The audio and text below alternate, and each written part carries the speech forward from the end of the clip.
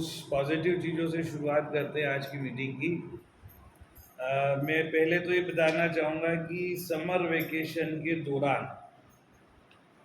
मेरे संज्ञान में जितना है, जिन लोगों ने विद्यालय के विद्यार्थियों को कंटिन्यूअस पढ़ाया और बहुत सारा उन्होंने काम किया जो देखने में आ रहा था, मैं भी ऑब्जर्व कर रहा था, तो हम क्लैप करके उनको अप्रिशिएट कर सकते हैं। अब उनमें से जो यहाँ हो या नहीं हो, मैं नाम बता रहा हूँ। नंबर 1 दुष्यंत सर, इन्होंने मैक्सिमम डेज 11-12 के बच्चों को केमिस्ट्री पढ़ाई है ना। तो आप देखते कितने जोर से क्लैप करते। सेम अमित सर ने भी पूरे टाइम कॉमर्स पढ़ाया और every day homework class work में इनका ऑब्जर्व कर रहा था जो बच्चे भेज रहे थे। तो इसके अलावा हमने प्राइमरी के लिए स्पोकन इंग्लिश क्लासेस स्टार्ट की थी 8 मई से। लगातार 44 डेज तक स्पोकन इंग्लिश क्लास चली हमारी। तो उसमें जो अदर स्कूल के टीचर्स हैं जिनका हमारे स्कूल से कोई कनेक्शन नहीं है, ना उसके बदले हम उनको और ना उसके बदले हम उनको कोई सैलरी दी, ना हमने कुछ बात की। हमने सोचा जरूर था कि मिनिमम अमाउंट भी अगर 250 रुपीज़ पर डे भी उनको 1 घंटे का दिया जाए तो दे देना चाहिए, लेकिन उनकी ऐसी कोई डिमांड नहीं थी। तो हमारी एकेडमिक इम्प्रूवमेंट कमेटी या जो भी है उसे हम अप्रूवल बना करके हम सोच रहे कलेक्टर साहब को एक भेज देंगे, ताकि हम उनको 5-7 हज़ार 2-3 लोगों में बढ़ जाएगा ज़्यादा अमाउंट है। आप लोग एग्री है इस बात से सब? क्योंकि 44 डेज तक लगातार किसी ने 15 दिन, किसी ने 20 दिन हमारे बच्चों को स्पोकन इंग्लिश के लिए क्लास 2 से लेकर 8 तक और 9 से लेकर 12 तक 2 बैच में पढ़ाई हुई है। और 2 से लेकर 8 तक करीब करीब 100 बच्चों से लेकर 150 के बीच बच्चों ने ज्वाइन किया, लेकिन 60-70 बच्चे रेगुलर आते थे और उन्होंने 2 मिनट, 3 मिनट, 4 मिनट इंग्लिश बोलना सीखा है। डेफिनेटली इंग्लिश में वो कई तरह की मिस्टेक करते हैं, लेकिन मिस्टेक होने के बावजूद जो एक कॉन्फिडेंस होना चाहिए, जो विदाउट हेजिटेशन बोलने की क्षमता होनी चाहिए, वो उनमें आई है। ठीक है ना। तो इन टीचर्स के लिए तो हम करेंगे, लेकिन इनके साथ हमारे ये साथ देने में, स्पोकन इंग्लिश के इस टाइम में बच्चों को भी एनकरेज करने में, इम्प्रूव करने में 2 प्राइमरी टीचर ने सक्रिय भूमिका निभाई है। नंबर 1 मोनिका मैडम और दूसरी प्रियंका मैडम।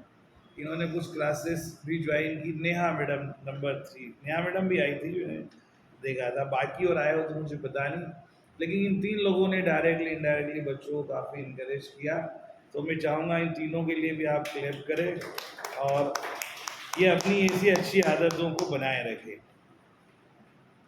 इसके बाद हमारे स्कूल में बहुत सारी कंप्लेंट्स आती है जो स्पेशली डिस्ट्रिक्ट अथॉरिटी के माध्यम से, जन सुनवाई के माध्यम से आती है।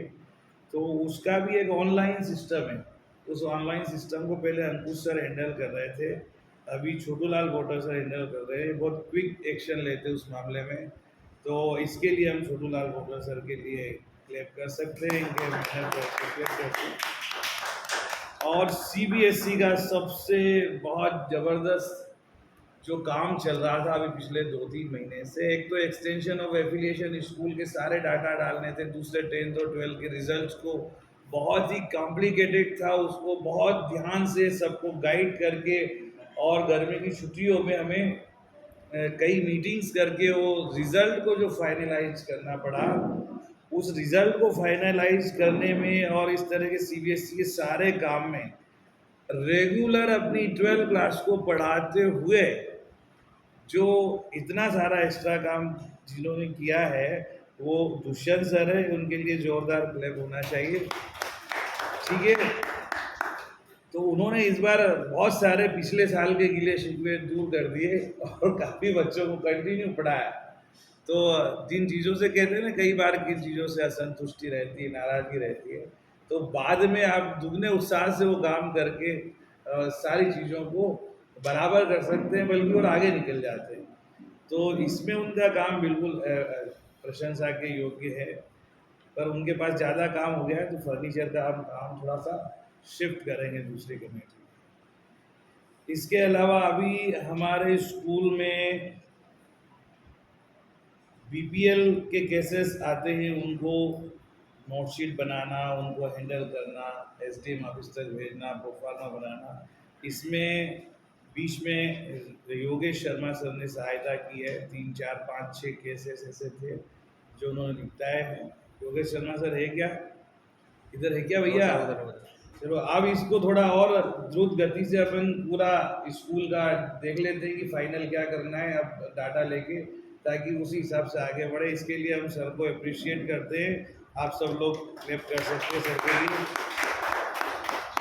इसके अलावा आप सब जानते हैं सारे स्टाफ मेंबर का TA, DA, salary, audit reply, child education, official को सब रिप्लाई, आप लोगों की सर्विस बुक मेंटेन करना, ये सारा काम करने वाले हमारे एकमात्र शख्स है जो अपनी पढ़ाई के अलावा, मैं समझता हूँ उन्होंने काफ़ी समय 2 घंटा पर डे एवरी डे, 2 घंटा मैं मिनिमम बता रहा हूँ, इससे ज़्यादा भी हो सकता है, एवरी डे उन्होंने दिया है। वो है योगेश वर्मा जी। आप लोग आपकी तालियों की आवाज़ से इनका जो ग्रीवियंस पता चल जाता है किसके प्रति आप कितना हो रहे हैं, ठीक है। और इसके बाद हमारे जो एडमिशन का काम चल रहा है, अभी लगभग लास्ट ईयर इतने सारे एडमिशन हुए नहीं थे, लास्ट वर्किंग डे तक 30 जून तक। हालांकि अभी जो कमेटी है उसमें से आधे ऑलरेडी पहले भी एडमिशन कमेटी में थे, एक आध को ही चेंज किया है ना, ताकि ये लोग बहुत ज़्यादा कुशलता के साथ उस काम को करें। और मैंने जानबूझ करके चेंज किया है आप लोग जानते भी है, मैं चाहता था कि इनके अंदर जो क्वालिटी है वो कंस्ट्रक्टिव वे में कितना बढ़िया तरीके से काम कर सकते हैं। और डेफिनेटली इन लोगों ने अपनी जो पूरी क्वालिटी को अभी आ रहे तो अपनी क्वालिटी को इस बार पॉजिटिव वे में, है ना, बहुत ही अच्छे तरीके से उन्होंने खूब मेहनत करके पूरे दिन भर, और भाई मेरी नाराज़गी को भी एक्सेप्ट करते हुए जहाँ कहीं कुछ होता है, लेकिन इन लोगों का काम वास्तव में बहुत बढ़िया तरीके से इन्होंने किया है सारा काम, और बहुत एक्सीलेंट वे में करने की कोशिश की है। छोटी मोटी चीज़ें तो होती है, लेकिन मैं इसके लिए इनको अप्रिशिएट करता हूँ। तो इनमें मेहनत करने वालों में हमारे Rajkumar sir, Ajay Pratap sir, Geetanjali madam और आशुतोष सर, ओम प्रकाश गुर्जर सर, और इन सबके लीडर आर के मीणा जी, है ना। हालांकि दुष्यंत सर का नाम इसमें है, लेकिन फिर भी आप इन सबके लिए जोरदार क्लैप कर सकते हैं। और ऐसे ही हमारा एक्सपेक्टेशन है कि ये 11th के भी एडमिशन होंगे, और ये जब तक ये ख़त्म नहीं होते, ये अपनी पूरी एनर्जी के साथ सारे रूल रेगुलेशन को समझते हुए उसको अपने अंजाम तक पहुँचाए। ये ज़रूरी है, ये आप लोगों को पूरे लाइफ टाइम KVS में जब तक रहोगे, ये जो अनुभव है, जो एक्सपीरियंस है, ये आपको हर जगह काम आएगा। क्योंकि पता नहीं ऐसे स्कूल में आपका अपॉइंटमेंट हो गया कि वहाँ पे आप ही को जाके, कई बार प्राइमरी को एडमिशन इंचार्ज बनाया जाता है, कई स्कूल ऐसे 1 to 8 तक ही होते हैं, और वहाँ फिर ये नहीं देखा जाता सीनियर है और इस स्कूल से यार राजगढ़ से आया तो जरूर मिलेगा तो आपको जब वहाँ इंचार्ज बना दिया जाएगा तो आपको मज़ा आएगा, वहाँ पे बहुत स्मूथली आप लोग काम करोगे, और आपको ये लगेगा कि काश थोड़े और दिन सर के साथ रहते आपको बताऊं मैं कि ये जो अभी बैक टू बेसिक का कॉन्सेप्ट 2016-17 में आया, मैंने 2012-13 में ही क्वेश्चन बैंक बनाना, इन बच्चों के लिए वापस जीरो से स्टार्ट करना, रेमेडियल लेना, और जो कार्यपत्रक क्या बोलते हैं उसको, वर्कशीट बनाना, क्लास टेस्ट का क्वेश्चन, ये मैंने अनिवार्य कर रखा था। और मेरे इस कृत्य की वजह से बहुत सारे शिक्षक नाराज रहते थे, लेकिन उनको मैंने आदत डाल दी किया, और उनकी दुआ से मेरा ट्रांसफ़र भी हो गया राजगढ़ में। लेकिन जब बैक टू बेसिक आया और इन सब चीज़ों की डिमांड हुई, तो उन्होंने मुझे फ़ोन करा स्पेशली, एक TGT SST है KV दीपाटोली रांची में, वो उस साल से बहुत परेशान रहता था, मैं उसको डांटता भी था। उसने मुझे बिफोर लास्ट ईयर फ़ोन किया कि सर यहाँ आने के बाद जैसे ये बैक टू बेसिक आया, और आपने जो सारी चीज़ें बनाई थी मेरे पास, ई कंटेंट से लेके एवरीथिंग यहाँ थी, और ये जब मैंने अपने यहाँ के प्रिंसिपल को बताई कि सर ऐसा करवाया जा सकता है, और ये हमने करवाया और मैं तो अब सीख गया हूँ, तो वो बोले कि सर मुझे इतना अप्रिशिएट किया गया और मैं एक्सेप्ट करता हूँ कि मैं उस समय आपकी बहुत बुराइयां करता था, बहुत परेशान रहता था कि इतना काम करवाते, लेकिन जब उसका एक्चुअल में लाभ जो है वो हमें अब मिल रहा और हमें कोई परेशानी नहीं है। तो कहते हैं ना कि हम वैज्ञानिक तार्किक पद्धति से और सही तरीके से क्वालिटी एजुकेशन के लिए जो भी किया जा सकता है, जो भी नए आइडियाज आते हैं, जो भी बेस्ट प्रैक्टिसेस हो सकती है, उसको अगर हम इम्प्लीमेंट करते हैं तो वो हमारे लिए नहीं, कई लोगों के लिए लाभदायक हो जाती है। आपको मालूम है कि बहुत सारे केवी टीचर्स के ढेर सारे तरह तरह के ग्रुप बने हुए हैं, ठीक है ना। उन ग्रुप्स में कुछ सदस्य केवल यही मैसेज भेजते हैं, किसी के पास इस चैप्टर का लेसन प्लान हो तो भेज दो, किसी के पास इसका ऑडियो वीडियो है तो भेज दो, किसी ने इसका क्वेश्चन बैंक बनाया है तो भेज दो। कुछ लोग केवल सीकर्स है और कुछ लोग केवल गिवर्स है, मतलब जिन्होंने मेहनत की, जिन्होंने बनाया उनको सब। और वो ऐसा नहीं है कि जो गिवर्स है वो तकलीफ में है, वो ज़्यादा एंजॉय कर रहे हैं अपनी जॉब को। मैंने देखा कई टीचर्स ऐसे हैं जिनके यूट्यूब के जो है लाखों में, अपने देश में नहीं, नियर अबाउट 20 कंट्रीज में केवी के टीचर्स के जो है फॉलोअर्स है, लाखों की संख्या में।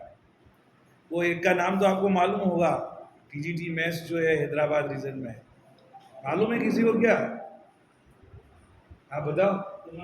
यस, देखो सर को मालूम है टीजीटी मैथ्स होने के नाते, और कुमार स्वामी वो है टीजीटी मैथ्स। लेकिन कहते हैं ना, आप अपनी मेहनत को, आप 1 घंटे की मेहनत कर रहे हैं, लेकिन उस 1 घंटे की मेहनत को आप 1 लाख घंटे में कैसे कन्वर्ट कर सकते हैं, ये कुमार स्वामी से सीखा जा सकता है। वो क्या, उसने, उसके बच्चे शायद 11th 12th में अभी आ गए, तो उसने क्लास 1 से लेकर 12th तक अपने लेवल पे बच्चों को जो कुछ भी सिखाया, अपने बच्चों के लिए तो हम सभी सब्जेक्ट पढ़ाते हैं, तो उसने जो हिंदी, इंग्लिश, मैथ, संस्कृत जो जो पढ़ाया, अपने बच्चों के लिए उसने खुद वर्कशीट बनाई, अपने बच्चों के लिए उसने खुद समझाया। तो उसने सबके वीडियो बनाए, सबकी सॉफ्ट कॉपी बनाई, तो अपने ब्लॉग पे और अपने चैनल पे डाला। और वो इतना लोकप्रिय हुआ कि उसको करीब 20 देशों में उसके फॉलोअर है। उसने पूरा डाटा दिया। और लास्ट ईयर जब ये कोरोना स्टार्ट हुआ तो उसने अपना यूट्यूब चैनल लॉन्च किया। आज की डेट में उसके शायद जो सब्सक्राइबर है वो 2 लाख से ज़्यादा है, और करोड़ों करोड़ की संख्या में उसके व्यूअर्स है। और वो उसने अपने काम को एंजॉय किया। उसको एक, और मजे की बात ये कि ऐसे लोगों के रास्ते में बहुत तकलीफें आती है। टीचर्स ने उसकी शिकायत कर दी कि ये जो है, ये तो इससे पैसे कमा रहा है, इसके तो लाखों व्यूअर्स है, करोड़ों, ये फलाना ढिमका, बहुत सारी। उसकी जांच हुई, और जांच होने के बाद ये ऐसा भी होता है, जांच होने के बाद उस कुमार स्वामी को, डीडीटी मेस को, बजाय पनिश करने के केवीएस ने उसको इंसेंटिव अवार्ड दिया। और उस बंदे ने अपने सब चैनल में सब पे लिखा कि ये केवल आप पॉजिटिव यूज के लिए, नॉट फॉर कमर्शियल ना मुझे। और वो चाहे तो उसकी जितनी सैलरी है उससे ज़्यादा केवल वो यूट्यूब से अपने उस काम से कमा सकता है, जिसके इतने देशों में फॉलोअर्स हो। लेकिन उसने साफ बोल दिया। मैंने पर्सनली उससे बात की एक बार, क्योंकि वो मेरे भी ये देखता रहता है तो मुझे भी मैसेज भेजता है। तो मैंने कहा, अरे बताओ, तुम तो इतने पैसे कमा सकते हो, तुमने क्यों इसको ऐसा क्यों नहीं किया? तो वो बोला, सर लाइफ में मैं 2 बार मौत के मुंह से निकला हूँ, और मैंने ज़िंदगी में, उसको शायद वो कोमा में चला गया था एक बार, या फिर कुछ हो गया था उसको। तो बताया कि मैंने केवल ज़िंदगी में सीखा है कि जितना दूसरों के लिए कर सको, जितना दूसरों को दे सको, और हमारा जो जॉब है इसमें तो इसकी कोई लिमिट ही नहीं है, तो उतना करना चाहिए। और सर पैसे में कहीं भी इतना कोई करोड़ों रुपए में सुख नहीं है। मैंने पर्सनली फील किया है कि आप जो भी काम करें, इंटरनली आप कितना एंजॉय करते हैं, मज़े की बात तो है। तो मुझे कोई ज़रूरत नहीं है पैसे वैसे की। उसने मतलब उसको मोनिटाइज अभी तक नहीं किया है, बल्कि उस इतने करोड़ों में व्यूज़ होने वाले हैं तो कितनी बड़ी बात है। तो मुझे उस व्यक्ति से बहुत सीखने को मिला, कुमार स्वामी से। ऐसे हमारे केंद्रीय विद्यालय में नियर अबाउट 1,000 टीचर्स होंगे, ज़्यादा नहीं तो 1,000 टीचर्स होंगे, जो काम करते रहते हैं। वो एक सोनिया मेहनानी करके है, वो करके गोवा में एक प्राइमरी टीचर है। वो प्राइमरी पे उसने इतने इतने एक एक चैप्टर पे वीडियोस बनाए हैं, उसके भी लाखों सब्सक्राइबर हो गए शायद।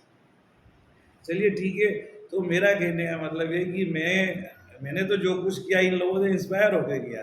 यार हमारे केवी के पीआरटीज टीजीटी इतना इतना बढ़िया काम कर रहे हैं तो हम भी करने की कोशिश करें।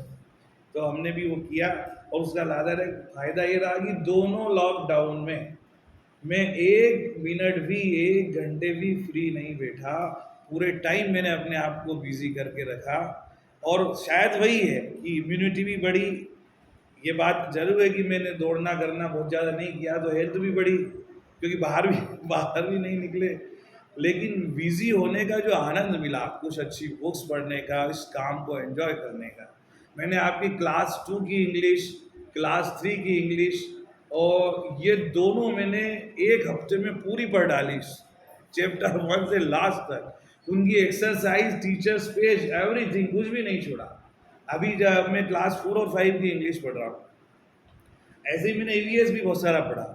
तो ये सब पढ़ने में मुझे इतना मज़ा आया कि यार इंग्लिश सीखना है तो किसी कोचिंग में जाने की ज़रूरत ही नहीं है। सेंटेंस ऑफ फॉर्मेशन, हर तरह की ऑक्सिलरी वर्ब का, ट्रांजिटिव इंट्रांजिटिव वर्ब का उपयोग, मोडाल्स का उपयोग, जो भी देखना है एवरीथिंग आपको इन 2, 3, 4, 5 की इंग्लिश और ईवीएस की बुक्स में मिल जाएगी। और इसमें जो ट्रेंड हो गया वो कुछ भी कर सकता है ना? तो वो सीटीटी की तैयारी तो वैसे ही हो जाती है अपने आप। आइए वेलकम। हाँ, उसमें एम ए एम फिल भी है, एम ए एम फिल भी है ना? सब्जेक्ट भरना है तो Hindi Sanskrit, M A M Phil भी है, ठीक है। ओके, चलो ये चीज़ें हो गई। तो भाई ये तो मैंने आपको सुना दिया। तो ऐसे हमारे यहाँ काम करने वालों में एक मुझे बताना पड़ेगा कि देखो मोनिका मैडम जो एचएम इंचार्ज है ना, मैं वैसे भी इनके जाने के बाद भी मुझे इनकी कमी बहुत महसूस हुई 6-7 महीने छुट्टी हुई, मैंने बताया भी कि एक्चुअल में जो मॉनिटरिंग वाला काम है, लेसन प्लान का, क्लास ऑब्जर्वेशन का वाला काम है मैडम, एक रेगुलर हेडमास्टर जो होता है ना, रेगुलर जिसकी पोस्टिंग होती है, उससे भी ज़्यादा अच्छे तरह से और डेडिकेशन के साथ मैडम वो काम करती है। उसके लिए तो इनका जोरदार जो है अप्रिसिएशन होना चाहिए। तो मैंने पर्सनली देखा है, मैंने लास्ट ईयर काउंट किए थे, मतलब मैंने अगर पूरे साल में 100 क्लास ऑब्जर्व की होगी तो इतनी मैडम नहीं, बल्कि एक आध ज़्यादा ही की होगी, कम नहीं की।